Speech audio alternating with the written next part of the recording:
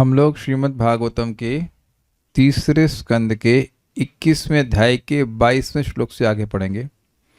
हम लोगों ने 21वें श्लोक तक कर्दम ऋषि की प्रार्थनाएं सुनी थी। त्वं त्वानुभूत्योपरत क्रियार्थम स्वमायया वर्तित लोकतंत्रम नमाम्य भीक्ष्णम नमनीय पाद सरोजमल्पीयसी कामवर्षम। तम उनको, उन आपको, तम त्वा मतलब उन आपको, जो अपनी अनुभूति के द्वारा क्रियार्थम उपरत सभी प्रकार के भोग इच्छाओं को उपरत कर देते हैं। इतना सुख अपने स्वरूप का सुख दे करके, मतलब अपने भगवान से जो सच्चिदानंद विग्रह हैं उनका अनुभव करके व्यक्ति इतना सुखी हो जाता है कि कोई भोग की उसकी इच्छा नहीं रहती है। इस प्रकार से जीव को मोक्ष प्रदान करते हैं। और स्व माया वर्तित लोकतंत्रम, अपनी माया के द्वारा ये भोग की व्यवस्था उन्हें कर रखी है देव समाज में, मनुष्य समाज में, पशु समाज में। अभी मैं शाम को थोड़ा सा इवनिंग वॉक कह लीजिए कर रहा था, तब दृष्टि में कितने सारे जीव आते हैं। आप लोग भी देखते होंगे, शायद ध्यान ना देते हो मुझे नहीं पता, लेकिन अगर थोड़ा ध्यान देंगे तो देखेंगे कैसे हर जीव के लिए व्यवस्था की है। गायों के लिए घास उगी हुई है, बंदरों के लिए अलग व्यवस्था है। तो आप देख रहे एक तंत्र है, ये एक सिस्टम है जिसके द्वारा सबको भोग मिल रहा है एक, और दूसरों विभिन्न प्रकार की इच्छाओं से युक्त जीवों को विभिन्न प्रकार के भोग मिल रहे हैं। एक व्यवस्था है। हम सुनते हैं कि कर्म के अनुसार व्यक्ति को शरीर प्राप्त होता है, तो किसकी व्यवस्था है? किसी व्यक्ति की व्यवस्था है, क्योंकि कर्म तो जड़ है। मैं और व्याख्या नहीं करूंगा, बस इतनी बात बोल रहा हूं कि भगवान भोग भी प्रदान करते हैं, अकेले वही भोग देते हैं, अकेले वही मोक्ष देते हैं। इसलिए नमाम्य भीक्ष्णम, इसलिए मैं आपको बारंबार नमस्कार कर रहा हूं। नमनीय पाद सरोजम, आपके चरण कमल सभी के लिए नमनीय है, चाहे उनकी सकाम हो, इच्छा हो या निष्काम हो। और अल्पीयसी काम वर्षम, जिसकी अत्यंत तुच्छ इच्छा है, भोग इच्छा को तुच्छ ही कहा जाता है क्योंकि भोग ही तुच्छ हैं, निकृष्ट हैं, तो उन पर भी आप कामनाओं की वर्षा करते हैं।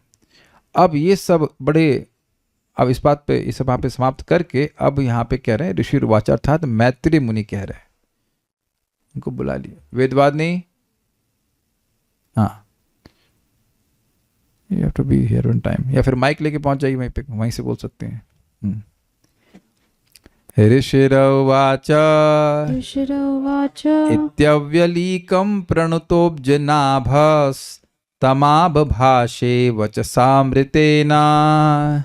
इत्यव्यलीकं प्रणुतोऽब्जनाभस्तमाबभाषे वचसामृतेन। सुपर्णपक्षो परिरोचमानः प्रेमस्मितोद्वीक्षण विभ्रमद्भ्रुः। सुपर्णपक्षो परिरोचमानः प्रेमस्मितोद्वीक्षण विभ्रमद्भ्रुः। विभ्रमद्भ्रुः ऐसे होना चाहिए। ऋषिरवाच इत्यव्यलीकं प्रणुतोऽब्जनाभस्तमाबभाषे वचसामृतेन। इत्यव्यलीकं प्रणुतोऽब्जनाभस्तमाबभाषे वचसामृतेन। इत्यव्यलीकं प्रणुतोऽब्जनाभस्तमाबभाषे वचसामृतेन। इत्यव्यलीकं प्रणुतोऽब्जनाभस्तमाबभाषे वचसामृतेन। सुपर्णपक्षो परिरोचमानः प्रेमस्मितोद्वीक्षण विभ्रमद्भ्रुः। सुपर्णपक्षो परिरोचमानः प्रेमस्मितोद्वीक्षण विभ्रमद्भ्रुः। विभ्रमद्भ्रुः होना चाहिए ना, आ बड़ा क्यों ले रहे हो आप? इत्यव्यलीकं प्रणुतोऽब्जनाभस्तमाबभाषे वचसामृतेन। इत्यव्यलीकं प्रणुतोऽब्जनाभस्तमाबभाषे वचसामृतेन। सुपर्णपक्षो परिरोचमानः प्रेमस्मितोद्वीक्षण विभ्रमद्भ्रुः। सुपर्णपक्षो परिरोचमानः प्रेमस्मितोद्वीक्षण विभ्रमद्भ्रुः। इत्यव्यलीकं प्रणुतोऽब्जनाभस्तमाबभाषे वचसामृतेन इत्यव्यलीकं प्रणुतोऽब्जनाभस्तमाबभाषे वचसामृतेन सुपर्णपक्षो परिरोचमानः प्रेमस्मितोद्वीक्षण विभ्रमद्भ्रुः सुपर्णपक्षो परिरोचमानः प्रेमस्मितोद्वीक्षण विभ्रमद्भ्रुः।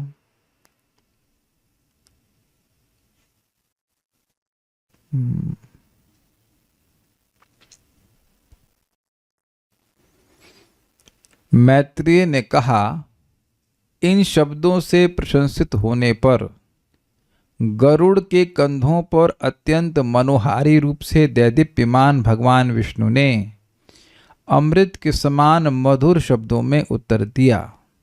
उनकी भौएं ऋषि की ओर स्नेहपूर्ण हंसी से देखने के कारण चंचल हो रही थीं। कुछ धारणा कर पा रहे हैं। भगवान गरुड़ के स्कंद पे हैं, कंधों पे हैं और बहुत सुंदर लग रहे हैं। उन्होंने जब कर्दम ऋषि की ये प्रार्थनाएं सुनी तो बहुत प्रसन्न हुए और अमृतमय मधुर शब्दों से उत्तर दिया। मतलब मैं बोल तो रहा हूं लेकिन आप बोलने के साथ साथ कुछ इमेजिन कर पा रहे हैं? Can you imagine? इधर बैठ लीजिए और उसको एक्टिवेट कर लीजिएगा, कॉर्डलेस माइक को। वो आपके लिए नहीं है, वो उनके लिए है, उनको शायद पड़ सकती है।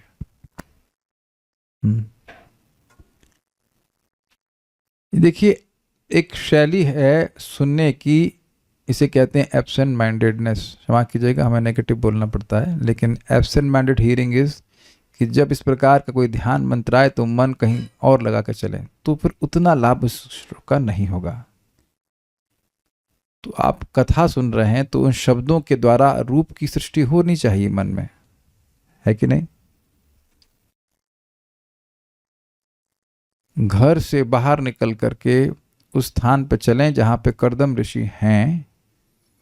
वह भगवान को देख रहे हैं, भगवान प्रकट है उनके सामने और वह गरुड़ के स्कंद पर, गरुड़ के कंधे पर हैं और भगवान उनको मुस्कुरा करके देख रहे हैं क्योंकि उन्हें सुंदर सुंदर प्रार्थनाएं करी हैं। Then it will be very pleasing to the mind. I hope मेरी बात आप समझ पा रहे हैं। उनकी भौएं ऋषि की ओर स्नेहपूर्ण हंसी से देखने के कारण चंचल हो रही थी। इसका क्या मतलब है? भगवान के हृदय में जो प्रेम कर्दम ऋषि के प्रति उमड़ रहा था उस कारण से उनकी आंखें चंचल हो रही हैं, ये बात कह रहा है। तो कुछ यहाँ पे मैत्रेय मुनि की दृष्टि उन भगवान के प्रति है, उनके चेहरे को देख रहे हैं कथा के माध्यम से, जिनकी आंखें चंचल हो रही हैं, बड़े सुंदर दिखाई पड़ रहे हैं। देखिए, हम लोगों को तो सुनने का अनुभव है, लेकिन जो शुद्ध भक्त हैं जैसे कि ये मैत्रेय मुनि आदि, तो उनको सुनना और देखना एक ही बराबर होता है। For them this whole thing is live telecast. ये बात भी आपको ध्यान रखनी होगी। तो ये सारे जो श्लोक इन्हें ध्यान मंत्र कहते हैं, कई बार आ चुके हैं, फिर आ रहा है यहाँ पे, जिसमें भगवान के रूप का ध्यान श्लोक के माध्यम से हो रहा है। तब आगे बातें आएंगी, भगवान क्या कहेंगे, अभी तुम इसको अन्वय को देखते हैं। ऋषिर उवाचा, दिस इज नॉट कर्दम ऋषि, ये मैत्री ऋषि हैं। तो इसमें भ्रमित नहीं होना चाहिए कि कर्दम ऋषि तो बोल ही रहे हैं, तो इसलिए फिर से बोलने का मतलब क्या हुआ कि ऋषिर उवाचा। ये तभी बोलना पड़ेगा जब वक्ता चेंज होगा। अग्रीड? भगवान जब गीता में बोल रहे हैं तो जब तक अर्जुन कुछ नहीं बोलते हैं और बात चेंज नहीं होती, वक्ता चेंज नहीं होता, ही नहीं आता श्री भगवान उवाचा, श्री भगवान उवाचा, तो स्पष्ट है कि ऋषि उवाचा मतलब यहाँ कोई दूसरे ऋषि हैं। तो दूसरे ऋषि तो कोई और है नहीं। पहले मेरे मन में आया कि शौनक ऋषि बोल रहे होंगे शौनक ऋषि अभी नहीं इसमें बोल रहे हैं, मैत्रेय ऋषि बोल रहे हैं। मैत्रेय मुनि ने कहा, सुपर्ण मतलब गरुड़ के पक्ष उपरी, पक्ष मतलब पंखे, पक्ष मतलब होता है पंख, मतलब पंख, लेकिन यहाँ पक्ष का मतलब पंख नहीं होगा। देखिए, यही सब तरीका है समझने का। भगवान गरुड़ जी के पंख पर नहीं बैठते हैं, पंख तो ऐसे चलता होगा ना, भगवान उनके कंधे पर बैठते हैं, इसलिए पक्ष ऊपरी का मतलब होगा कंधे के ऊपर। See you have to be very very careful in understanding this things. एक एक शब्द का महत्व है। ऊपर से तो पढ़ लिया अलग बात है, ध्यान से पढ़ना होगा। पक्ष मतलब पंखे, पंखे पे थे ना भगवान ऐसे करके ऊपर नीचे होते रहेंगे, तो कंधे, पक्ष का मतलब कंधे पे बैठते हैं, बैठे हुए। रोचमाना, देखिए रुचि समझते हैं आप, रुचि मीन्स टेस्ट, टेस्ट मतलब रस, तो रोचमानम मतलब वहां विराजमान है, बड़े सुंदर रूप में विराजमान है, ये अर्थ है रोचमान का। एक्चुअली केवल विराजमान नहीं है, अत्यंत सुंदर लग रहे हैं। एक लौकिक बात, लौकिक एग्जाम्पल देना अगर समझ में आ जाए, जैसे कोई बहुत सुंदर दुल्हन है तो वो बैठी है अपने दूल्हे के साथ, तो वहां बैठे दोनों लोग बड़े सुंदर लग रहे हैं। जैसे भगवान श्री राम, चलिए भगवान की बात कर लेते हैं, भगवान श्री राम और माता सीता का विवाह है, तो अब वो कहीं बैठे होंगे ना, वो तो बैठे हुए बड़े सुंदर लगेंगे कि नहीं? अब तो कुछ समझ में आ रहा होगा कि एक है व्यक्ति बैठा हुआ है और वो सुंदर है, तो वो उस स्थान पर विराजमान तो है, लेकिन विराजमान के साथ साथ बहुत सुंदर लग रहा है, ये बात बोली जा रही। अब देखिए, जैसे मैंने माता सीता और भगवान श्री राम की शादी की बात करी, तो आप लोग के मन में तुरंत आ गया, शायद आ गया वो कि हाँ भगवान बैठे हैं और वह सुंदर लग रहे हैं। ये बातें हैं, ये श्रवण के द्वारा स्मरण होता है। तो आप समझ रहे हैं किस प्रकार से बड़े सुंदर लग रहे हैं भगवान। कहाँ बैठे हुए हैं? गरुड़ के स्कंद पे बैठे हुए हैं, स्कंद मतलब कंधे पे बैठे। फिर प्रेम स्मित, स्मित मतलब होता है मुस्कान, उद्विक्षण, प्रणयपूर्ण मुस्कान भरी, एक्चुअली दोनों को जोड़ लेना चाहिए, स्मित मतलब मुस्कान होता है, वहां छूटा है। विभ्रमत भ्रू चितवन से, चितवन मतलब होता है, ये थोड़ा सा मिस्टेक हो गया है मुझसे, मैं मिस्टेक हुआ है, क्षमा कीजिएगा, मुझे ठीक करना पड़ेगा। देखिए चितवन जाएगा उद्विक्षण पे, मैं ध्यान नहीं दे पाया जल्दीबाजी में। प्रणय स्मित को लिख लीजिएगा, प्रणय पूर्ण मुस्कान से भरी हुई चितवन से, जो कि विभ्रमत अर्थात चंचल थी, भ्रमण कर रही थी, विशेष रूप से भ्रमण कर रही थी। थोड़ा सा मिस्टेक हो गया है, ये अन्वय गड़बड़ है यार, 2 मिनट रुकेंगे तो मैं चेंज करके रख सकता हूँ, नहीं तो आप समझ लीजिए, अभी यहीं थोड़ा समझ लीजिएगा, एडजस्ट करने का प्रयास कीजिए, टाइम लगेगा यहाँ पे चेंज करने में। प्रेम स्मित का मतलब है प्रेम पूर्ण मुस्कान, इधर बस खाली शब्दों को देखिए, वो थोड़ा गलती है। उद्वीक्षण, ईक्षण, ईक्षण नहीं समझते, ईक्षण मतलब देखना, तो उद्वीक्षण मतलब देखना, तो यानी प्रेम स्मित उद्वीक्षण का मतलब हुआ प्रेम पूर्ण ईक्षण से युक्त। मैं कई बार समझाया कि क्या आज तक कभी कोई आपको द्वेष से नहीं देखा है, क्रोध से नहीं देखा है, तो दृष्टि में ये भाव आपने क्या कभी अनुभव नहीं किए हैं? तो क्या जिंदगी में कोई व्यक्ति आपको अफेक्शन से भी नहीं देखा है?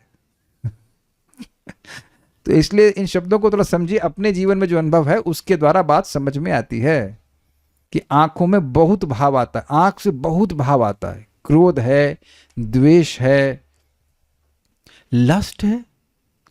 अब हम स्पष्ट, इसमें कॉल मत करिए, प्रभुपाद स्पष्ट कहते हैं कि स्त्रियों का एक विशेष गुण है कि वह भांप जाती हैं कि कौन सा पुरुष कौन सी दृष्टि से देख रहा है। ये हम लोग प्रथम स्कंद में सुन चुके हैं कि नहीं? तो किसी न किस पुरुष में आंख में लस्ट है या नहीं, वह भी दिख जाता है। तो हम खाली इतना बताना चाहते हैं कि जो भाव है वह आंख से प्रकट हो जाता है। आंख से देखने की बात याद आ रही है, प्रभुपाद कुकिंग कर रहे थे और एक सन्यासी थे, उनके शिष्य, वो भी देख रहे थे कैसे कुकिंग हो रहा है। तो प्रभुपाद ने कहा, you have half eaten already by seeing it, तुम उसको आधा खा ही चुके हो देख कर, कि देखने का बड़ा प्रभाव होता है, ठीक है ना? तो आप शब्दों के अर्थ को ठीक ठीक समझेंगे। प्रेम से मुस्कुराते हुए देखते हुए, विभ्रमत, विभ्रमत मतलब चलायमान, भ्रू अर्थात भवें वाले, यानी कि भगवान की जो भवें थीं वह चंचल हो रही थीं। अब ये ठीक है, अब्ज नाभ यानी कमल नाभ भगवान श्री हरि इति, इस प्रकार अव्यलीकम प्रणुतः, निष्कपट भाव से स्तुति करने पर। ये क्या मतलब है?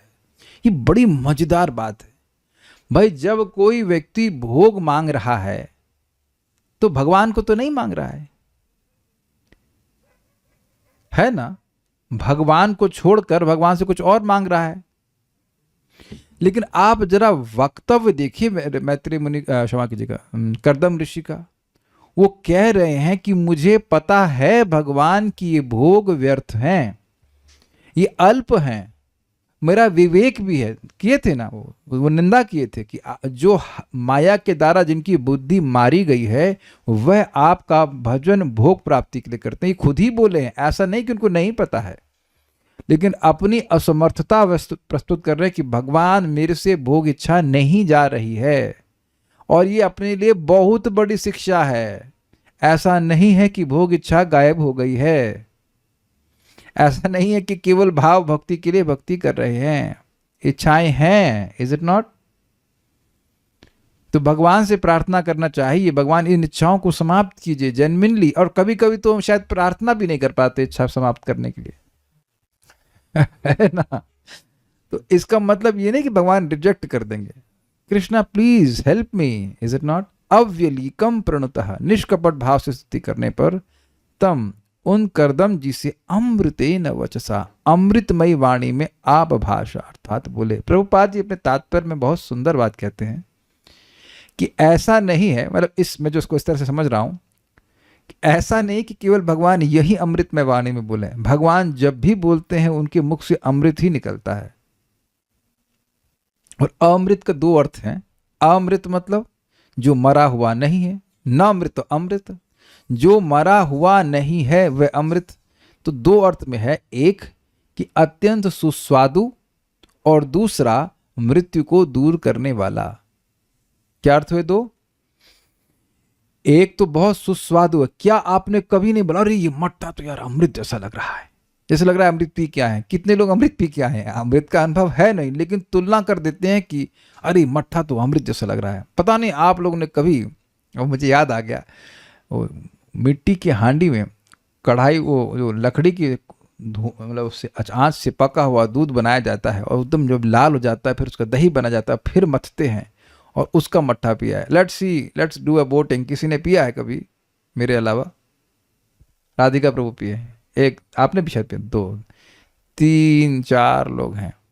तो आप जान रहे हैं कि वहां जब आप पिए होंगे तो, अगर भाई जो लोग नहीं पिए तो क्या समझेंगे, लेकिन जो लोग पिए होंगे तो कहेंगे अरे यार ये तो अमृत जैसा लग रहा है, अमृत जैसा लग रहा है मुझे याद है बहुत पहले मैं अपनी माँ के संग उनके गांव में गया था, बुलंदशहर के पास में। तो हम लोगों को दिया मट्ठा, हम दे मट्ठा पी जा रहे, उनको दे दिया दूध। कहती है हमारे क्यों दूध दे दे, मजा नहीं आया। So it was so tasty. आप सब लोग को अनुभव होगा कि जब आप किसी चीज की तुलना अमृत से करते हो तो जनरली इसका अर्थ सुस्वादु होता है, अत्यंत टेस्टफुल, है ना? मतलब जो उसका असली अर्थ है कि अमर करने वाला, उधर आपकी मन नहीं जाता है, लेकिन दोनों अर्थ हैं। भगवान की वाणी सुनने से सुस्वादु, अच्छी लगती है और अमर बनने वाली। और एक तीसरा अर्थ और भी है, एवर फ्रेश, जो कभी मरे नहीं। इस जगत में जो भी वाणियां भौतिक रूप से प्रयोग की जाती हैं, 1-2 बार आदमी सुन लेगा, 10 बार सुन लेगा, उसके बाद एकदम उसका मन भर जाता है। लेकिन भगवान की वाणी ऐसी है कि उसको जितनी बार सुनेंगे वो कभी, उस आपके मन में हमेशा फ्रेश रहती है। जैसे एक श्लोक तो मुझे रोज याद आता है भगवद गीता का, यम ही ना व्यथयन्ते ते पुरुषम पुरुषर्षभा समा दुखा सुखम धीरम स अमृतत्वाय कल्पते। जो व्यक्ति, जो कौन व्यक्ति पुरुषों में सर्वश्रेष्ठ है? वह व्यक्ति सर्वश्रेष्ठ है पुरुषों में जो सुख और दुख में धीर रहते हुए, स्थिर रहते हुए, सम रहते हुए, सम दुखा सुखम धीरम स अमृतत्वाय कल्पते, और अपनी धी को ईर्यते चलाता है भगवान धर्म संपादित करने में, तो वह व्यक्ति अमृतत्व के योग्य हो जाता है। अर्थात भक्ति करने में लगा रहता है, अब चाहे सुख आए चाहे दुख आए, तो वह व्यक्ति अमृतत्व की प्राप्ति के लिए योग्य हो जाता है। भगवान स्वयं बोल रहे हैं। तो ऐसा नहीं कि मैं श्लोक को 1 बार बोल दिया, 2 बार बोल दिया, हटाओ बोरिंग है, ऐसा नहीं है। It all is practically to me, it gives me strength every day. तो मेरे जीवन में मैं अगर ऐसे में अनुभव करूं तो ये श्लोक तो बिल्कुल नहीं मर रहा है। ये और भी बहुत सारे श्लोक, आपूर्यमाणम अचल प्रतिष्ठम इत्यादि इत्यादि, भगवद गीता पढ़ते हैं तो वह देखेंगे कि कभी कभी कठिनाई में अगर आपने गीता पढ़ी है तो गीता का श्लोक मन में आ जाता है और आपको शक्ति प्राप्त होती है। तो भगवान की वाणी अमृत है। ऐसा नहीं है कि मैं अब गीता दोबारा पढ़ाऊंगा तो आपको बोरिंग लगेगी, आप देखना वह फिर अच्छी लगेगी। भगवान की वाणी इस प्रकार से। तो अमृत मतलब जो कभी ना मरे। तो 3 अर्थ समझिए आप अमृत के, एक सुस्वादु, दूसरा अमर करने वाली, जैसे, और तीसरा, कभी जो मरी हुई ना हो, जैसे लाश होती है उसको कौन इंटरेस्टेड होगा, तो फेंको, जलाओ, फूको। तो भगवान की वाणी हमेशा एवर फ्रेश रहती है, ये बात है। तो हम लोग श्लोक को देखते हैं। वो मैं अन्वय ठीक कर दूंगा, मैं ध्यान नहीं दे पाया तो उस त्रुटि थी, यहां समझ लीजिएगा ठीक से। ऋषिर उवाच, ऋषि मतलब मैत्री ऋषि ने कहा, इति अव्यलीकम, इस प्रकार, निष्कपट प्रणतः, निष्कपट प्रार्थनाओं के द्वारा, प्रणतः मतलब प्रणाम भी किया, और प्रणतः का अर्थ है प्रशंसित होकर, निष्कपट भाव से भगवान को वह प्रशंसा की, मतलब उनका गुणगान किए। अब्ज नाभ, किसकी प्रशंसा की? जो कमल नाभ हैं भगवान विष्णु की। तो उन्होंने तम आब भाषे, उन कर्दम ऋषि को बोला। कैसे बोला? वचसा अमृतेना, अमृतमय वाणी के द्वारा बोला। ठीक, वो भगवान कैसे थे? तो कह रहे हैं सुपर्ण पक्ष उपरि रोचमानः, सुपर्ण अर्थात गरुड़ जी के पक्ष अर्थात उनके कंधे के ऊपर बड़े सुंदर रूप से विराजमान थे। और भाव उनका कैसा था? तो कह रहे हैं प्रेम स्मित उद्विक्षण विभ्रमत भ्रू, प्रेममयी मुस्कान से वह देख रहे थे मतलब मुस्कुरा रहे थे, और उनके आंखों में भी वह प्रेम था, और उनकी भौवें भ्रू विभ्रमत विशेष रूप से भ्रमण कर रही थी। Eyebrows was not stable, they were unstable.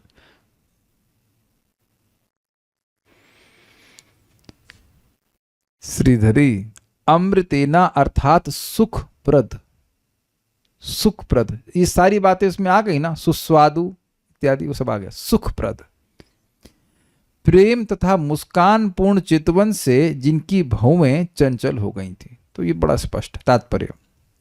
वचसामृतेन शब्द महत्वपूर्ण है। जब भी भगवान बोलते हैं तो वे दिव्य लोक से बोलते हैं, भौतिक जगत से नहीं। चूंकि वे दिव्य हैं, उनकी वाणी तथा उनके कार्य भी सभी दिव्य हैं, उनसे संबद्ध प्रत्येक वस्तु दिव्य है। अमृत शब्द से उस व्यक्ति का बोध होता है जिसकी मृत्यु नहीं होती। भगवान के शब्द तथा उनके कार्य मृत्यु विहीन यानी अमर हैं, अतः वे इस भौतिक जगत के द्वारा निर्मित नहीं हो सकते। मेरे को व्याख्या करने की जरूरत नहीं है, समझा दिया आपको मैंने। अमृत का अर्थ था अमर हैं।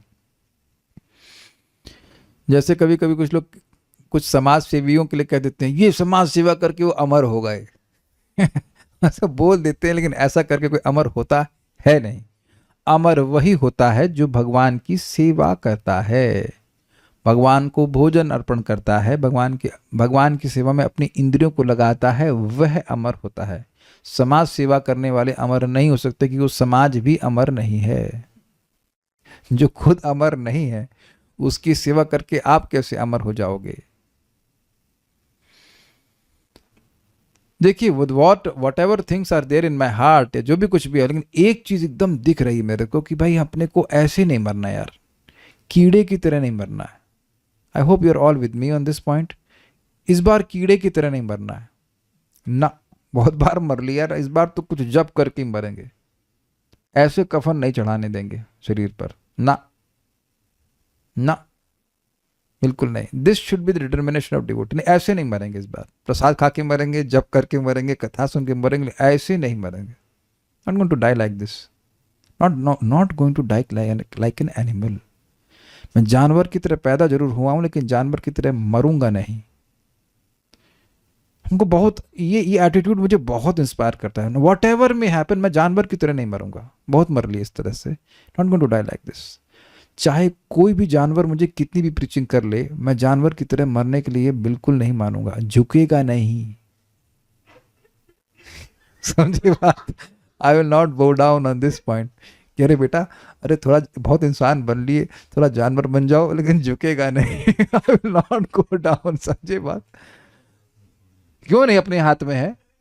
आपके हाथ में माला नहीं है तो फिर कह दीजिए कि आपके हाथ में नहीं है।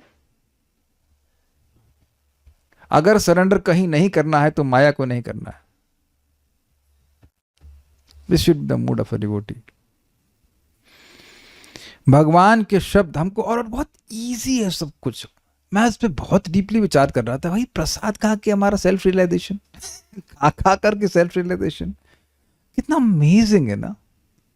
और बिना खाए होगा भी नहीं, ये भी अमेजिंग बात है। प्रसाद नहीं खाएंगे तो होगा भी नहीं।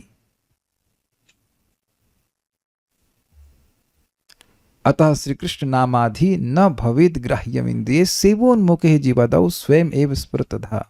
शब्द इस संसार तथा आध्यात्म जगत की ध्वनियां भिन्न भिन्न हैं।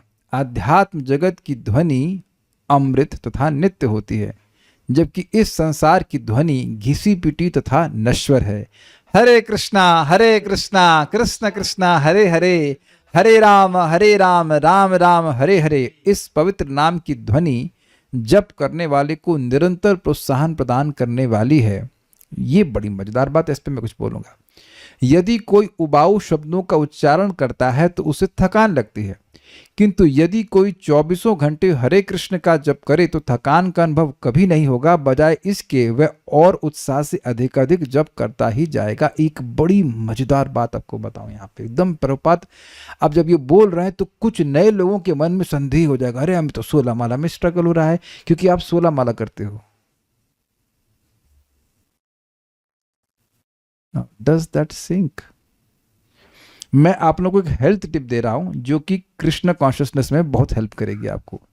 जब भोजन करें तो थोड़ी देर के बाद, लेट से 15-20 मिनट आधे घंटे के बाद आप थोड़ा चलिए। कहेंगे ये क्यों बोल रहे हैं? चलते समय हरे कृष्ण जपिए। सिंपल ना। 16 माला आप ब्रेकफास्ट के पहले कर लीजिए, उसके बाद क्या जीभ बांध दी जाती है? ब्रेकफास्ट लीजिए, ब्रेकफास्ट के बाद तुरंत बैठना अच्छा नहीं है। तो कुछ डाइजेशन के लिए ही कर्मों को भी डाइजेस्ट कर लीजिए और खाना भी डाइजेस्ट कर लीजिए। थोड़ा चलिए। याद है आपको क्या बोलते हैं उसको, रात के खाने के बाद कौन सा वॉक होता है, उसे क्या कहते हैं? डिनर वॉक बोलते हैं, क्या कहते हैं हमको नहीं पता, लेकिन what ever that is something कुछ। यानी आप समझ रहे हैं कि भोजन के बाद थोड़ा चलिए तो 1-2 माला वहां बढ़ जाएगा। भाई ये बाद में जब हम लोग मरेंगे तब याद आएगा, अरे यार हम टाइम बर्बाद किए। अरे चैट ओपन करने की बजाय कि कोई हमको चैट किया कि नहीं किया, आप कृष्ण के संग चैंट कर सकते हैं कि नहीं? आओ चलो कृष्ण घूमने चलते हैं। ये मैं नहीं बोल रहा हूं, श्रील प्रभुपाद एक प्रवचन में कह रहे हैं कि आप कहीं जा रहे हो तो आपके ऊपर सूर्य चल रहा है कि नहीं, सूर्य के साथ चल रहा है कि नहीं। कभी कभी बचपन में बोलते मम्मी देखो ये मून हमारे साथ चल रहा है।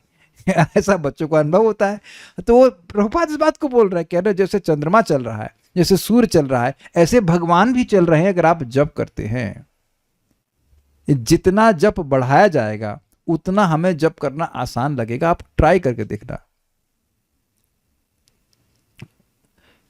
This is just amazing. जो लोग कर रहे हैं वे इस बात को अनुभव करेंगे। तो जितना ये भगवान का नाम जो है ये अंतरंगा शक्ति का भगवान स्वयं है और वो सुखमय है। मैं बार बार इन बातों को बोलता हूं ताकि बात सिंपल सी याद रहे। कभी आपको जप करके नहीं लगा होगा कि आपने अपना समय खराब किया है। पता ही कभी लगा? टेस्ट मिला हो या ना मिला अलग बात है, लेकिन कभी ऐसा नहीं लगा होगा कि आपने अपना समय खराब किया है। You feel satisfied. अगर किसी चीज को करके आपको लग रहा है कि अपना समय खराब नहीं किया, that means you are satisfied in doing that.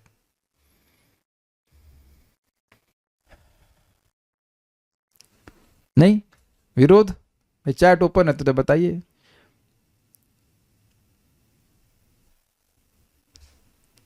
तब जैसे मैं एक हेल्थ वीडियो देख रहा था, उसमें एक चीज उन्होंने बोली थी, मैं आपको एक रामबाण औषधि बताती हूँ। राम तो बोला है पूरे प्रवचन में, राम तो आया एक बार। ये भारतीय लोग बड़े अच्छे, कहीं ना कहीं राम जरूर जोड़ देंगे। गाने में राम, खाने में राम, हर जगह राम। एक पूरे प्रवचन में कम से कम ये आध्यात्मिकता थी कि राम तो आया ना।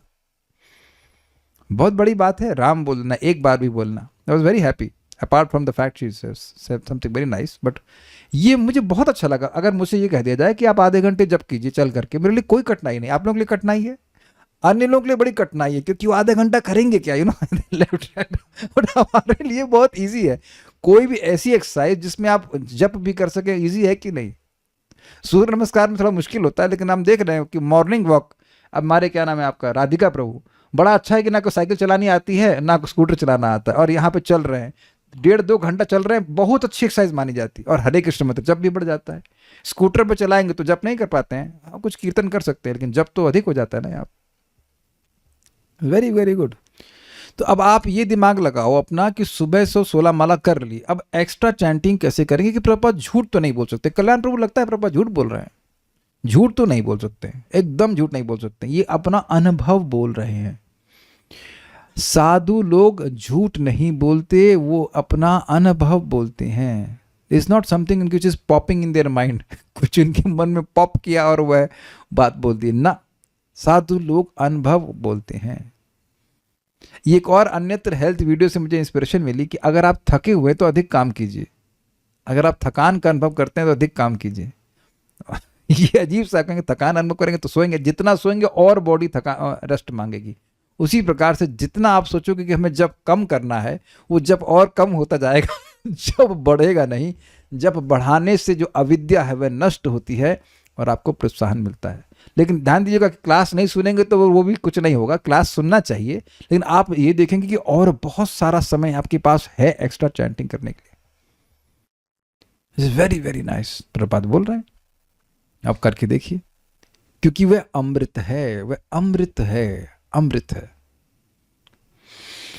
जब भगवान ने कर्दम मुनि को उत्तर दिया तो उसमें वचसामृतेन शब्द का विशेष रूप से उल्लेख हुआ है, क्योंकि वे दिव्य लोक से बोल रहे हैं।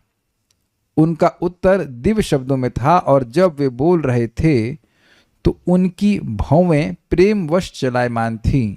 जब भक्त भगवान के यश का गान करते हैं तो वे अत्यंत प्रसन्न होते हैं और भक्तों को बिना हिचक दिव्य वर प्रदान करते हैं, क्योंकि वे अकारण भक्तों पर कृपालु रहते हैं। भाई ये बड़ी मजेदार बात है।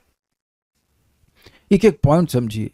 जब भी आप जप करते हैं, कीर्तन करते हैं, जैसे मैं यहां भगवान के बारे में बोल रहा हूं ना, इतना तो सब लोग सेंस कर ले कि मैं भगवान के बारे में बोल रहा हूं, आप लोग भगवान के बारे में सुन रहे हैं, तो इससे भगवान बड़े प्रसन्न होते हैं।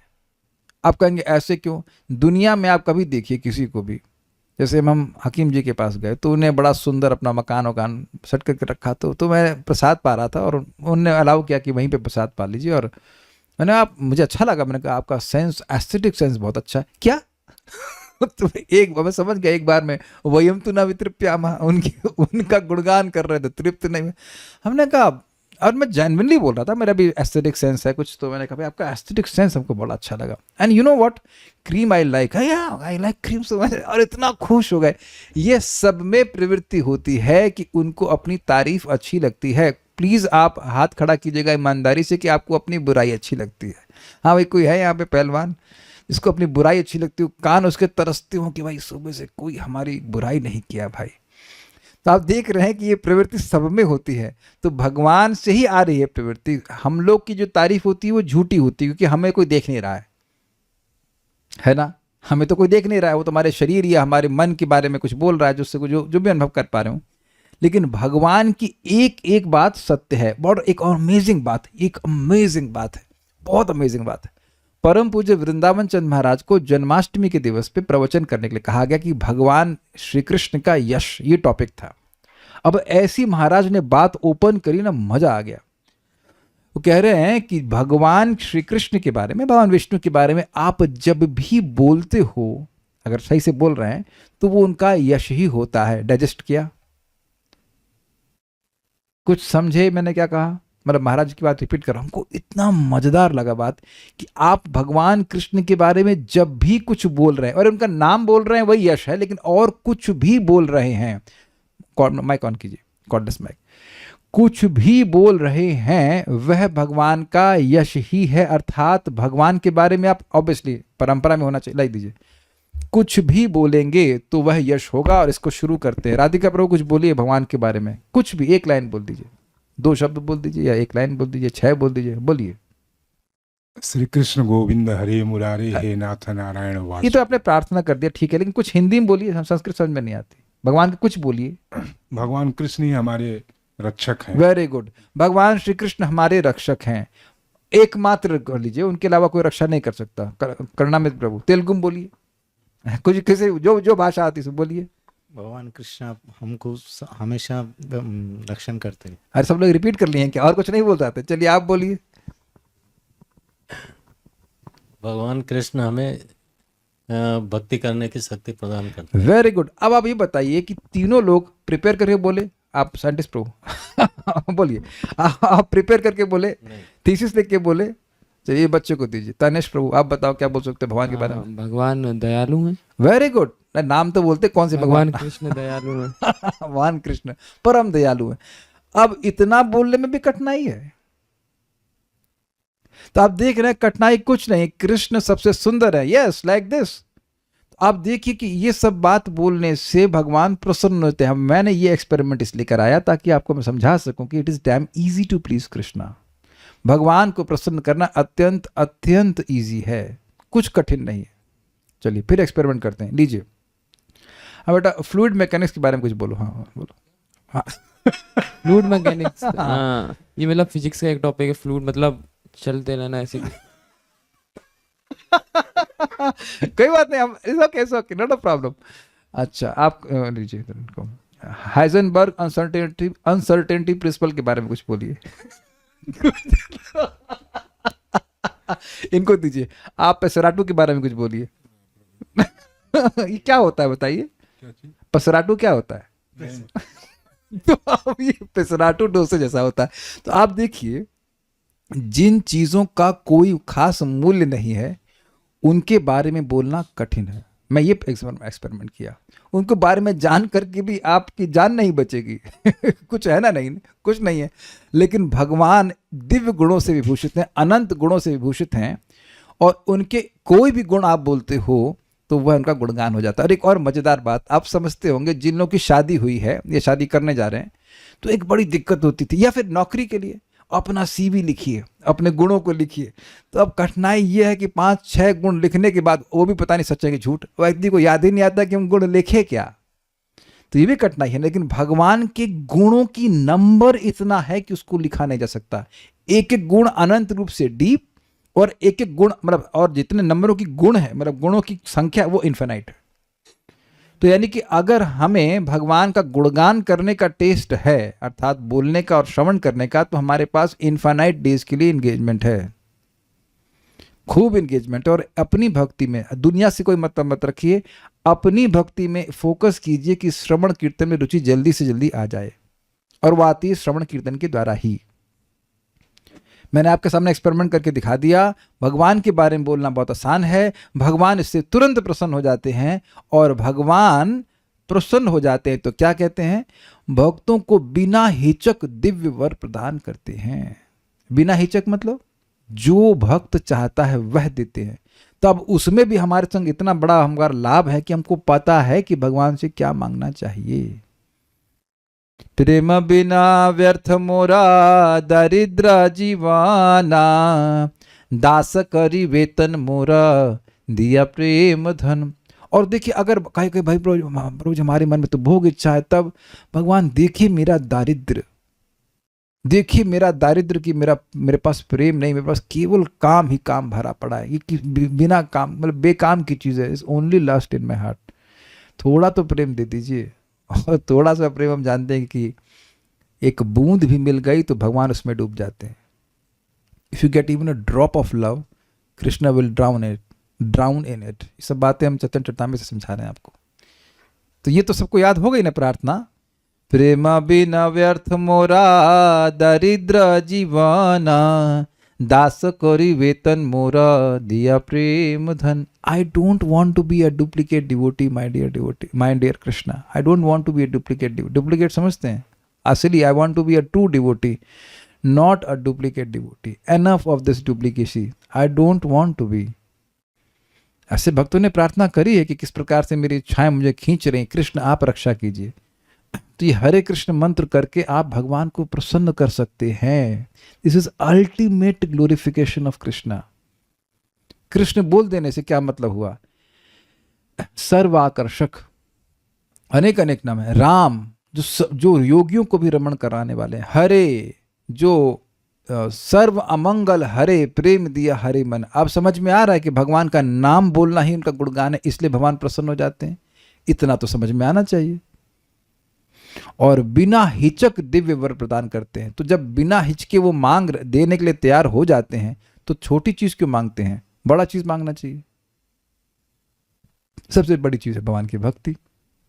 अच्छा, अब तीसरी पॉइंट क्या है, वे क्यों बिना हिचके देते हैं, क्योंकि वे अकारण भक्तों पर कृपालु रहते हैं। इसका क्या मतलब है, माताएं समझ सकती हैं कि अपने बच्चों पर वो नेचुरली स्वाभाविक रूप से दयालु होती हैं।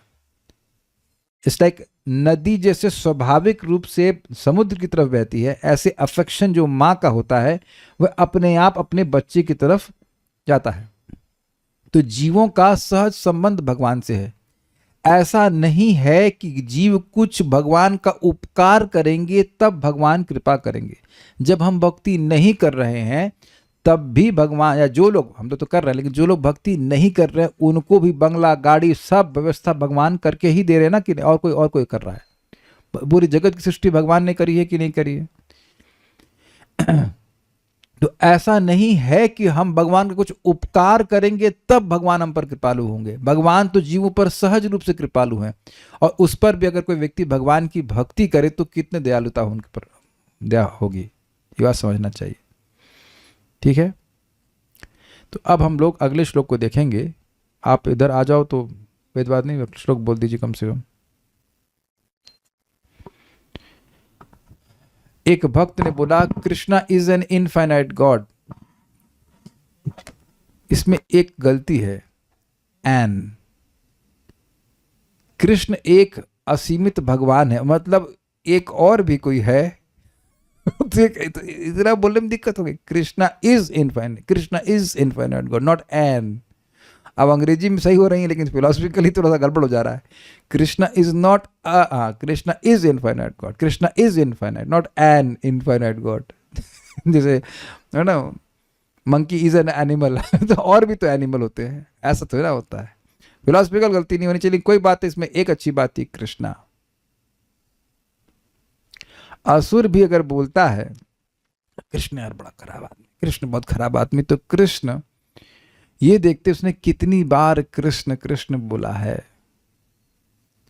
एक भक्त कहते हैं भगवान बहुत अट्रैक्टिव हैं। कौन भगवान? नाम भी नहीं रखा आपने, बताया भी नहीं नाम। भगवान श्री कृष्ण। चलिए अब भगवान ने क्या बोला तो हम सुन लेते हैं, मेरे पीछे बोलिएगा। श्री भगवान उवाच, श्री भगवान उवाच, मस्त श्लोक है। विदित्वा तव चैत्यम में पुरैव समयोजित, विदित्वा तव चैत्यं मे पुरैव समयोजित, यदर्थम त्वयैवाहं समर्चितः, यदर्थम् आत्मनियमैस्त्वय्येवाहं समर्चितः, विदित्वा तव चैत्यं मे पुरैव समयोजित, विदित्वा तव चैत्यं मे पुरैव समयोजित, यदर्थम आत्मनियमैस्त्वयैवाहं समर्चितः, यदर्थम् आत्मनियमैस्त्वय्येवाहं समर्चितः। श्री भगवान उवाच, श्री भगवान उवाच, विदित्वा तव चैत्यं मे पुरैव समयोजित, विदित्वा तव चैत्यं मे पुरैव समयोजित, यदर्थम् आत्मनियमैस्त्वय्येवाहं समर्चितः, यदर्थम आत्मनियमैस्त्वय्येवाहं समर्चितः। भगवान ने कहा जिसके लिए तुमने आत्मा संयमादि के द्वारा मेरी आराधना की है। आत्म संयमादि का मतलब होता है मन और इंद्रियों का संयम। यहाँ पे आत्मा का अर्थ आत्मा नहीं लिया जाएगा। आत्मा खुद अपना आत्मा का संयम नहीं करती है, आत्मा अपनी इंद्रियों को संयम करती है। मैं अपनी बुद्धि, मन और इंद्रियों का संयम करता हूँ। मैं अपने आप को संयम थोड़ा ना करता हूँ। अपने आप का यहाँ पे अर्थ होता है, यहाँ पे अर्थ है मन और इंद्रियां और बुद्धि भी आप कह सकते हो। तुमने आत्म संयम आदि के द्वारा मेरी आराधना की है। इसका मतलब क्या है? इंद्रियां हमेशा भगवान के, जो स्पेशली भौतिक इंद्रियां हैं, वह भगवान के विपरीत जाना चाहती हैं, विपरीत दिशा में जाना चाहती हैं। तो वहां से खींच कर उनको भगवान में लगाना, ये है इंद्रिय संयम। भाई जीभ बहुत कुछ खाना चाहती है, आप प्रसाद पे लिमिट कर देते हो, ये हो गया आत्मसंयम। बहुत सिंपल है। जीभ को बहुत कुछ बोलना चाहती है तो उसको रोक करके आप हरे कृष्ण मंत्र बोलते हो, ये है आत्मसंयम। It's very simple. तुम्हारे मन के उस भाव को पहले ही जानकर मैंने उसकी व्यवस्था कर दी है। Is it not amazing? आप यह सोचते हो, शायद लोग सोचते होंगे कि भगवान हमको यह देंगे कि नहीं देंगे, या मैं मांग रहा हूं सुन रहे हैं कि नहीं सुन रहे हैं। जैसे हमारे हृदय में इच्छा आई उसको भगवान पहले ही जान लेते हैं कि ये किस लिए आया है। आप समझ रहे हैं? मैं यहां से मान लीजिए मेरे घर में कोई आए तो मैं पूछूंगा भाई आप किस लिए आए, लेकिन भगवान को पहले ही पता है कि आया किस लिए। और एक बात दूसरा, वो पहले से तैयार है देने के लिए। जैसे कभी कभी मालूम आपको हो जाए कि भाई अमुक व्यक्ति आएंगे इस चीज को लेने के लिए। फॉर एग्जाम्पल, एक तवा हमने लिया और वो तवा का डिजाइन गड़बड़ था तो हमने रिटर्न पॉलिसी मार दी। तो हमको पता था, उसमें आ जाता है कि आपको 18 तारीख में व्यक्ति आएगा, तो हम पहले से तैयार थे उसको देने के लिए। और तो वरदान नहीं था, लेकिन मैं खाली ये बात समझाना चाह रहा था कि मुझे पता है कि वो व्यक्ति क्यों आएगा और उसको देना है। हमने पहले व्यवस्था करके पैक करके रखा हुआ था कि आएगा तुरंत दे देंगे। वहां कोई संकोच नहीं करेंगे। जब शब्द है पहले ही उसकी व्यवस्था कर दी है तो इसका क्या मतलब है? इसका मतलब है कि हम संकोच नहीं करने वाले। आप समझ रहे हैं एग्जाम्पल से? जब वो चीज मेरे से, वो तवा मुझे रिटर्न करना था तो मैं पहले से ही उसको देने वाला था। तो ये ऐसा नहीं कि जो आएगा तो वो मैं उस पर विचार करूंगा कि देना चाहिए कि नहीं देना चाहिए। वो तुरंत देंगे, उसको आगे बढ़ कर देंगे। ये समझ में आ रहा है? ये समझ में आ जाएगा तो खूब उत्साह मिलेगा कि अरे अगर भोग चाहते हैं तो भगवान ने पहले ही व्यवस्था कर दी है। भगवान जानते हैं कि क्या चाहता है। अगर मोक्ष चाहते हैं तो वह इसकी व्यवस्था भी कर दी, ठीक है दे देंगे। और अगर भक्ति चाहते हैं तो उसकी व्यवस्था भी कर दी है। इसीलिए भक्तों का चरित्र सुनना चाहिए, ताकि इच्छा तो आए कि काश हमको नाम में वैसी रुचि मिले जैसे आचार्यों को प्राप्त हुई है। जब उस इच्छा को बार बार सुनेंगे, उस लीला को सुनेंगे या उनके अनुभव को सुनेंगे, तो वो इच्छा बलवती होती जाती है। काश मुझे नाम में वैसी रुचि मिल जाए। हम कहीं पे भी हों, गिरे ही हुए हैं, लेकिन काश मुझे वैसी रुचि प्राप्त हो जाए। अब आप देख लीजिए कि जो व्यक्ति हरे कृष्ण मंत्र बोलेगा उसकी जो जो इच्छाएं हैं वो भगवान जान लेते हैं, उसकी व्यवस्था पहले ही कर देंगे। तो बेसिकली पॉइंट ये है कि जो भगवान का नाम उच्चारण करेगा उसकी जो जो इच्छाएं हैं उसको भगवान पहले ही व्यवस्था कर देते हैं। That means he is not holding himself to give you benedictions. भगवान आपको आशीर्वाद देने में हिचक नहीं कर रहे हैं। हिचक अगर कोई है तो हमारी तरफ से है भजन की। तो कल्याण प्रभु आपकी भगवान, माइक लीजिए। बहुत सिंपल क्वेश्चन, घबराइए मत, आपको ग्रिल नहीं करेंगे। आपकी भगवान के धाम जाने की इच्छा है? जी। क्या लिखा है बताइए इसमें। तो मैं भगवान की तरफ से बोल रहा हूं कि उस आपकी इच्छा को हे कल्याण ऋषि पहले ही जानकर मैंने उसकी व्यवस्था कर दी है। अब और क्या आशीर्वाद चाहिए भागवतम से? है ना, आप लोग के मन में आता होगा पता नहीं हम जाएंगे कि नहीं जाएंगे, पता नहीं जाएंगे कि नहीं जाएंगे, क्या होगा ना। भगवान ने पहले ही व्यवस्था कर दी। हम तो इसको एक गाना बना दिए, शायद तेरी मुक्ति का ख्याल, नहीं निश्चित तेरी मुक्ति का ख्याल दिल में आया है, इसीलिए कृष्णा ने तुझे इस्कॉन में बुलाया है। और आपको लग रहा क्या प्रभु जी क्या गाने बजा रहे हो लेकिन ये मुचकुंद महाराज कहते कि जब किसी जीव के मुक्त होने का समय आता है भगवान कृष्ण, तब उसे वैष्णव की संगति प्राप्त होती है।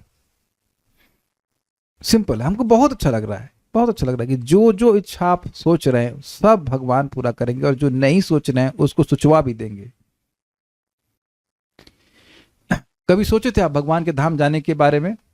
अब कैसे सोच रहे हैं आप? तो भगवान ने ये भी व्यवस्था कर दी ना कि ये कैसे जाएगा। और जरूरी नहीं है कि ये इच्छा आपकी इस जीवन की हो, it can be from your previous life as well, कि काश मैं भगवान के पास चला जाता, तो उस समय योग्य नहीं थे, जो भी था भगवान ने इस जीवन में व्यवस्था करी।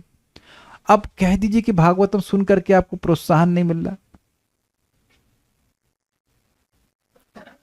अच्छा, ऐसे एग्जाम्पल से आप समझ लीजिए, आपकी इच्छा होती है कहीं ट्रेन से जाने के लिए, होती है, तो आपने टिकट ले लिया, टिकट लेके जब बैठ गए तो सारी व्यवस्था तो पहले ही कर दी गई है ना कि आपको वहां पहुंचा दिया जाएगा।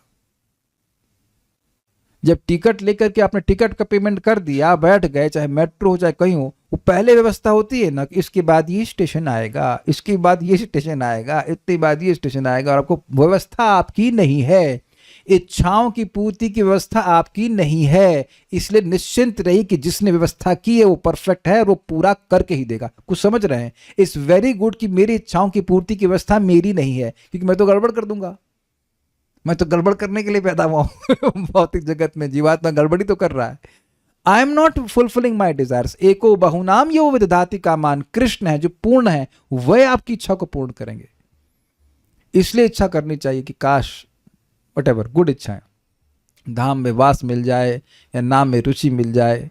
सबसे अच्छी इच्छा होती है कि भगवान आपकी कथा में और नाम में रुचि मिल जाए। ये खूब करना चाहिए, क्योंकि आप कहीं पे भी रहो आपको मिल सकती है, चाहे धाम में रह रहे हैं चाहे धाम के बाहर रह रहे हैं। अगर ये दो चीज़ मिल गई, बस नाम में रुचि कथा में रुचि, नाम में रुचि कथा में रुचि, नाम में रुचि कथा में रुचि, कथा रुचि नाम में रुचि, इसी के पीछे भगवान के पीछे लगे रहना चाहिए। दे दीजिए प्लीज, दे दीजिए, नहीं दे दीजिए मानना नहीं, अरे कुछ ले लो यार, कुछ पोजीशन लेना ही नहीं, नाम रुचि कथा रुचि, नाम रुचि कथा लगे रही तो ठीक है। वो देना ही चाहते हैं, वो तो चाहते ही देना, वो देंगे, पक्का देंगे। हमको बहुत अच्छा लग रहा है श्लोक, आगे नहीं जा पाऊंगा, बस इसको पढ़ेंगे। श्री भगवान वाचा, श्री भगवान ने कहा, यद अर्थम, जिस अर्थ के लिए, जिस कामना के लिए, त्वया तुम्हारे द्वारा, आत्मनियमई मन तथा इंद्रियों का संयम करके, अहम एव समर्थता, मेरी ही आराधना की गई। ये मजेदार बात है। एक और बात है, ही मतलब ये नहीं कि शिव जी की और दुर्गा जी की और इसकी और उसकी, नहीं, केवल कृष्ण की। और आप ये देख रहे हैं कि वैष्णव संगीति में यह भी गुण आप में आ ही गया है। आप देवताओं की नहीं उपासना करते हो, सहज रूप से भगवान की उपासना करते हैं। तो यह भी भगवान देख रहे हैं कि क्या कर रहा है। तब चैत्यम विदित्वा, तुम्हारे मन की बात को जानकर, चैत वहां से आया चित्त शब्द से, चित्त मतलब मन, उनको जानकर मैंने पूरा एव तत्व समयोजी, पहले ही उसकी व्यवस्था कर रखी है। मतलब सब कुछ रेडी, आइए बैठिए खाइए। अगर मान लीजिए किसी को मालूम चल जाए कि इनको ये पसंद है, तो व्यक्ति पहले से ही व्यवस्था कर लेता है कि आएंगे तो ये पका कर रखेंगे, आए बस बैठिए, सब कुछ रेडी है आपके लिए, पहले से ही व्यवस्था करके रखिए। तो रूम पे तो आना पड़ेगा, थोड़ा समय है, लेकिन आप रूम पे आएंगे तब ना खिलाएंगे। इसीलिए सारी बात भूल जाओ जो मैंने बोली, अब याद रखो आप एक बात, every devotees perfection is guaranteed. हर भक्त का भक्ति में जो पूर्णता है वह उसको गारंटी है कि वो होगा।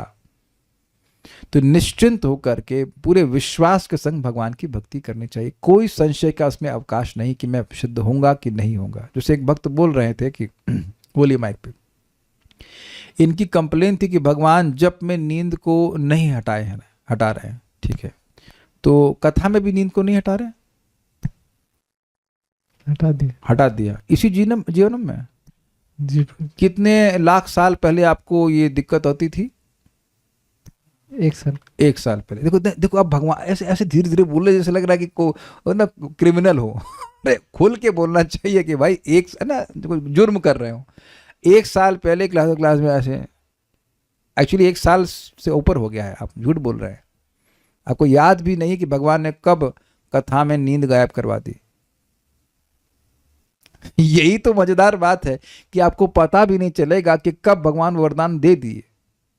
हमको एकदम अच्छे से याद है, जब मंदिर ज्वाइन किए थे बैठा ही नहीं आता जब में, चल के एकदम नींद आ रही है, बहुत कठिनाई होती, मंगल आरती के पहले सो जाता था 10 मिनट, तब जाके किसी तरह से बोता था। फिर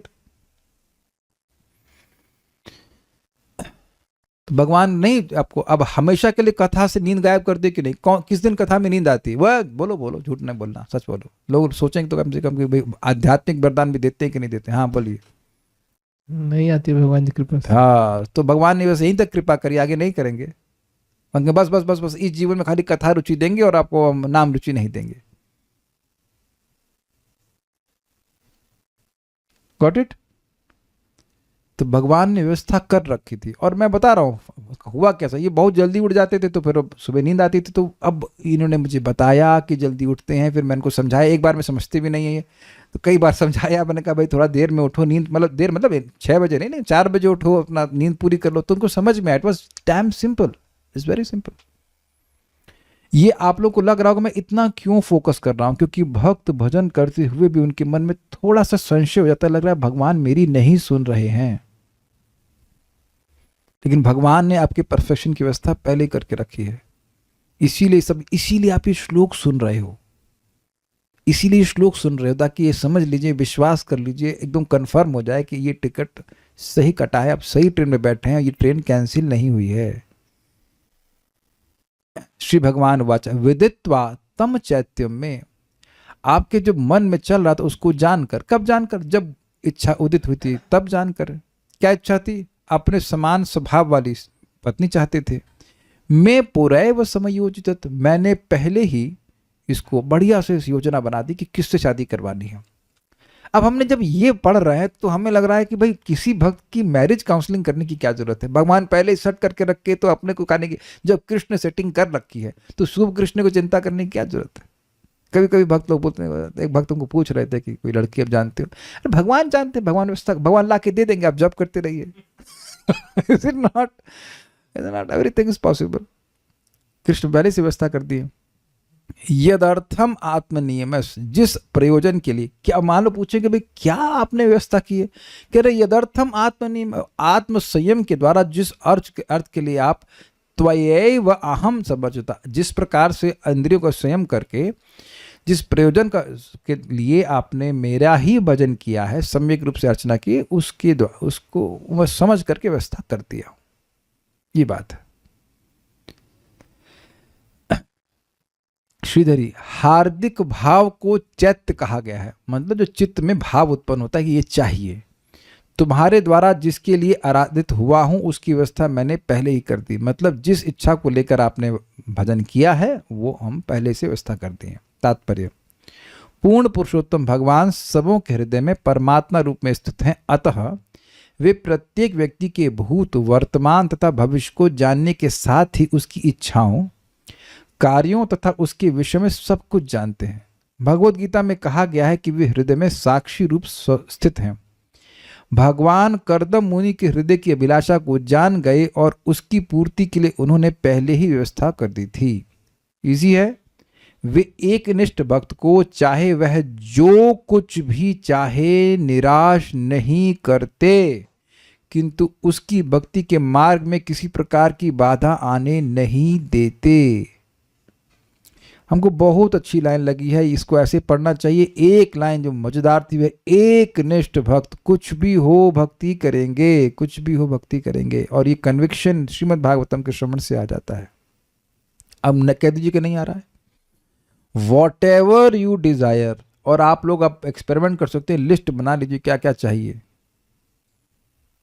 बहुत चीजें तो लिस्ट से पहले गायब हो गई होंगी ये भी है। और जो जो चाहिए, नौकरी चाहिए, किसी को पत्नी चाहिए, किसी को घर चाहिए, जो भी चाहिए मटीरियली, और अगर भक्ति चाहिए तो बहुत अच्छी बात है। हमको सबसे बढ़िया बात क्या लग रही है वो ये है कि बस हमें खाली हमारा काम है एक निष्ठ होना। एक मीन्स एक में निष्ठ, कृष्ण में निष्ठ, कृष्ण नाम में, कृष्ण कथा में, प्रसाद में, उसमें तो खैर मुश्किल नहीं है प्रसाद में तो कोई दिक्कत नहीं। ये सारी चीज में एकदम निष्ठ होना, और इसी चीज को महाप्रभु स्वयं के निष्ठा हैला प्रेमिर तरंग, निष्ठ होकर के भक्ति करे तो भगवान की प्रेम की प्राप्ति हो जाए। निष्ठा हैला प्रेमिर तरंग, रतिर तरंग या प्रेमिर तरंग, ऐसे भाव भक्ति दुर्लभ नहीं है अगर हम निष्ठा पूर्वक भक्ति करें। निष्ठा मतलब लग के, ये नहीं कि आज जब किया उसके बाद 6 महीने बाद होता है ऐसा। प्रभु जी can you give me japa link एक माता जी थी, प्रभु जी do you remember me, do you remember my name, ने कहा वो अपना नाम आधा बताई, हम उनका नाम पूरा बता दिया। हाँ हमको याद है कि अब कौन है, और ये भी याद है कि 6-7 महीने से नहीं आए, तो अब ठीक है आए, अब अभी भी नहीं आए, लिंक तो हमने दे दिया। ऐसे में कठिनाई होगी, संस्कार तो बनेगा लेकिन कठिनाई होगी, लेकिन रोज लग करके ना यही करना, इसी के लिए कमाई कर रहे हैं, इसीलिए जो कुछ कर रहे हैं सो कर रहे हैं, then we will get whatever we want. Whatever we want. और मुझे अभी भी पता है कुछ भक्तों के मन में संदेह होगा, लेकिन करके तो देखो, करके देखेंगे। जो लोग, ये प्रभुपाद जी करके बता रहे हैं ना, करदम ऋषि भी एग्जाम्पल है। अब है ही, अभी तो हम बात नहीं खोलना चाहते, लेकिन वो तो बाबा जी थे वो जंगल में पड़े हुए हैं और उनको राजा की लड़की से शादी। That's astonishing। आप बताओ कि ये है ना astonishing बात, उनके समान स्वभाव वाली वो भी राजा की लड़की से शादी भगवान करवाती है। राजा मतलब मनु महाराज, छोटे मोटे राजा भी नहीं। तो भगवान सब कुछ दे सकते हैं, सब कुछ दे सकते हैं। कुछ प्रश्न या कुछ कमेंट्स उसमें देख लेता हूं, फिर रुकते हैं। मॉर्निंग में नींद आती है, आप ये देखिए कि आप रात में सोते कितने बजे हैं और कितना खा के सोते हैं। तो अगर नींद पूरी होगी तो नींद नहीं आएगी। कुछ चीज़ें प्रैक्टिकल भी होती हैं, भगवान की सहायता थोड़ा सा इस तरह से भी होती है। ये लिस्ट वाली बात आपने 2 साल पहले भी बोली थी, तब मैंने लिटरली लिस्ट बनाई थी, उसमें से 2 पूरी हो गई, बाकी मैं लिस्ट भूल गई कि क्या क्या लिखा था। Very good, yes. तो एक भक्त बता रहे हैं कि भगवान लिस्ट पूरी करते हैं और जो फालतू की चीजें वो डिलीट कर देते हैं। ओवर थिंकिंग की आदत कैसे कम करें? ना कम करो, बढ़ाओ उसको। इसको भागवत में लगाओ, बड़ा सुंदर श्लोक है, हमको एकदम याद नहीं आ रहा, लेकिन इसमें लिखा हुआ है कि जो बहुत विचार, एकदम याद नहीं आ रहा, लेकिन जो विचार करने में निपुण है तो उन्हें चेतन महा विचार करी ते चित्ते पावे चमत्कार। अगर आपको चेतन चरितामृत का श्लोक, अगर आपको विचार ही करना है तो भगवान चेतन महाप्रभु की कृपा पे विचार करना चाहिए और आपको बहुत चमत्कार होगा। भक्ति कर रहे हैं, नाम जप कर रहे हैं, कथा श्रवण कर रहे हैं, तो विचारों का बढ़ना तो स्वाभाविक सी बात है। ये एक बात और लिख लीजिएगा कि मन पवित्र होगा तो मननशील हो जाएगा। आप पता नहीं है विचारशील का आप क्या अर्थ ले रहे हो, लेकिन मननशील, ये बात क्यों हुई, इसका क्या मतलब है, इस पे ऐसी विचारशीलता आती है। नहीं तो लोग पशु की तरह चलते रहते हैं, दे डोंट थिंक। जैसे मेरे एवरी डे मेरे को याद रहता है कि मेरे मरने से इस दुनिया में किसी को फर्क नहीं पड़ता है, तो मुझे दुनिया के कार्यों से क्या फर्क पड़ता है? हम बिल्कुल भी महत्वपूर्ण नहीं है इस जगत के लिए। अगर कुछ महत्व कर सकते हैं तो लोगों को कृष्ण भावना के बारे में बता सकते हैं, बाकी जो कुछ भी मटेरियल कर रहे हैं उससे कुछ फर्क नहीं पड़ता, एक ढेले का भी फर्क नहीं पड़ता। तो हम क्यों करें उस चीज के लिए प्रयास? आप लोग शायद मेरी बात को समर्थन ही करेंगे, थोड़ा थोड़ा दिखने भी लग जाए। मुझे दिख रहा है, आप लोग अगर जिन लोगों को नहीं दिख रहा होगा वो दिखने लग जाएगा, वो क्लियर हो जाएगा एकदम कि आपके बुरा नहीं मानेगा, लेकिन you are of no value to this world. हम इस जगत के लिए कुछ भी वैल्यूबल नहीं है। और अगर मान लीजिए कि अवेलेबल हैं भी, तो कुछ समय के बाद ये जगत नष्ट होने वाला है। तब जिस घर के लिए वैल्यूबल है वो घर फूंक दिया जाएगा। अग्रीड? तो अगर थोड़ी सी ऐसी बुद्धि होती तो व्यक्ति भगवान की तरफ आगे बढ़ता है। तो मैं तो ये अच्छी बात मानता हूं, फालतू की विचारशीलता की बजाय व्यक्ति को भगवत विचारशीलता में लगना चाहिए। अपने विचारों को भागवतों सुनने में, समझने में लगाइए तो बहुत अच्छी बात है। आगे जो भगवान कहेंगे उस अमृत को हम लोग कल समझेंगे। हमने एक जो बहुत बढ़िया बात सीखी कि निष्ठा पूर्वक व्यक्ति भक्ति करता रहे, भगवान सारी इच्छा भक्ति पूर्ण करेंगे। Will stop here. Thank you so much. Shrimad Bhagavatam की जय, श्रील प्रभुपाद की जय, निताई गौर प्रेमानंदे।